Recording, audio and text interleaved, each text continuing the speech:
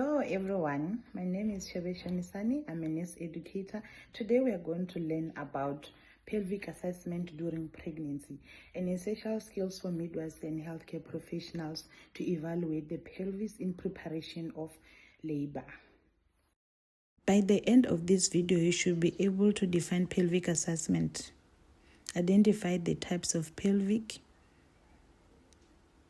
demonstrate the procedure of clinical pelvic assessment, describe the importance of pelvic assessment, describe the safety and consideration during pelvic assessment, and apply knowledge in clinical decision making. Before performing pelvic assessment, explain the procedure to the patient, obtain informed consent, ensure privacy and dignity, ask the patient to empty her bladder for comfortability, position the patient in dorsal or lithotomy position, and wash hands and wear sterile gloves. Pelvic assessment refers to the assessment or evaluation of the shape, of the size, and the adequacy of the woman's pelvis in preparation for a safe, normal vaginal delivery. Before performing a clinical pelvic assessment, you should have a pre-knowledge of the indication and the contraindication to perform a clinical pelvic assessment during pregnancy. One of the indications is you need to make sure that the patient is 36 weeks of a gestational age and above, and you need to make sure that the descent has taken place. One of the contraindications is antepartum hemorrhage and preterm labor.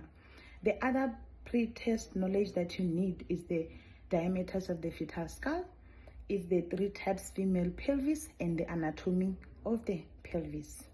Before doing the clinical pelvic assessment, you should identify the parts of the bony pelvis.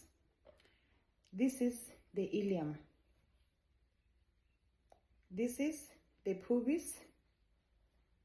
And this is the ischium. This is the symphysis pubis. This is the sacral promontory and the coccyx down there.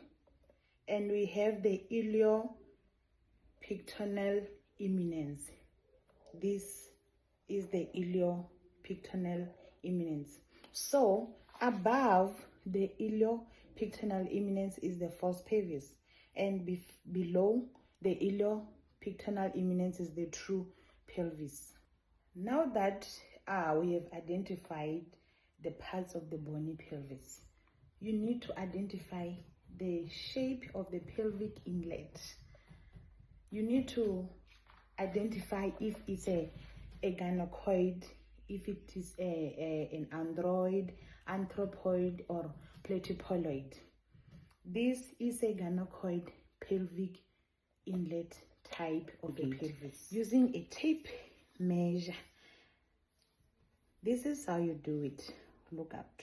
You put the taping measure here at the index of the fingers up until the base. That's how you do it. You put it like this, and then you check. Mine is 12 centimeters in centimeter. This is how you do it.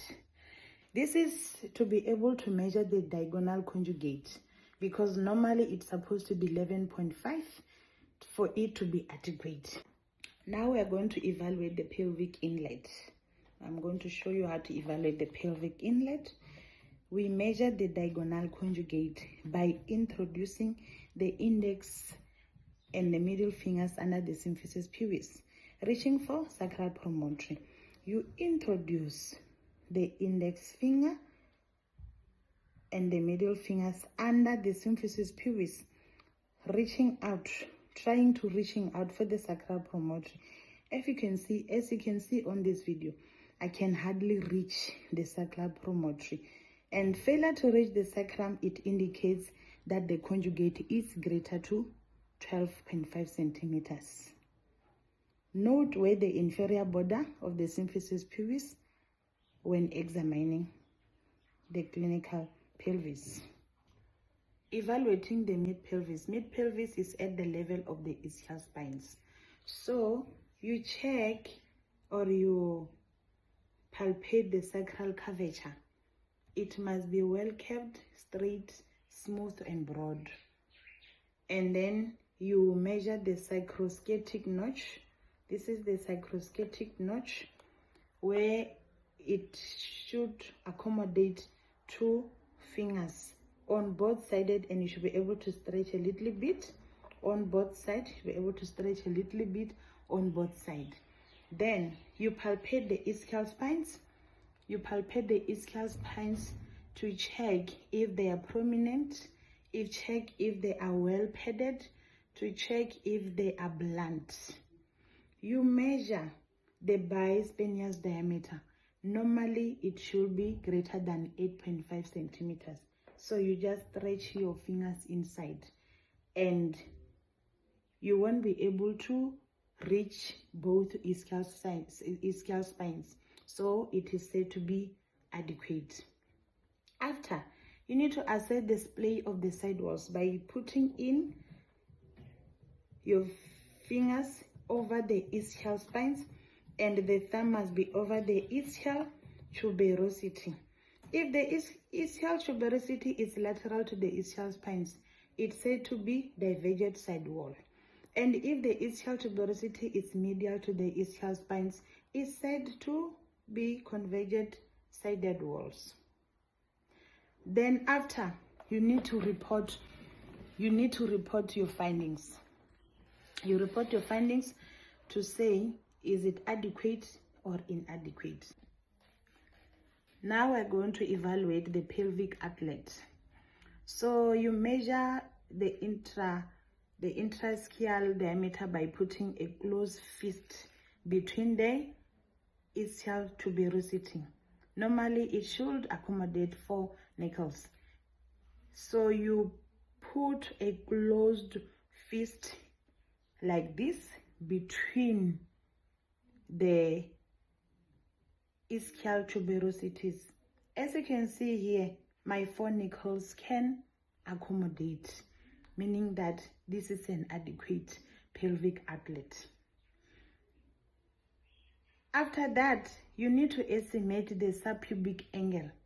Normal is 90 degrees Celsius. Then we said the pelvic outlet is adequate. Yeah, then you assess the mobility of the coccyx. You need to be gentle because this is very painful when you are doing it to the patient. You should slightly palpate the coccyx to check if it's mobile and not prominent. Then it's said to be adequate. After, you need to record the findings as adequate or inadequate. When doing clinical pelvic assessment during pregnancy, you should always remember the following points. You should do it gently, slowly, step by step to promote comfortability. You should respect the patient dignity at all the times. Respect the patient privacy at all the times. Avoid repeated examination. Thank you for watching the video. If you found this video helpful, please like, share, and subscribe. Bye.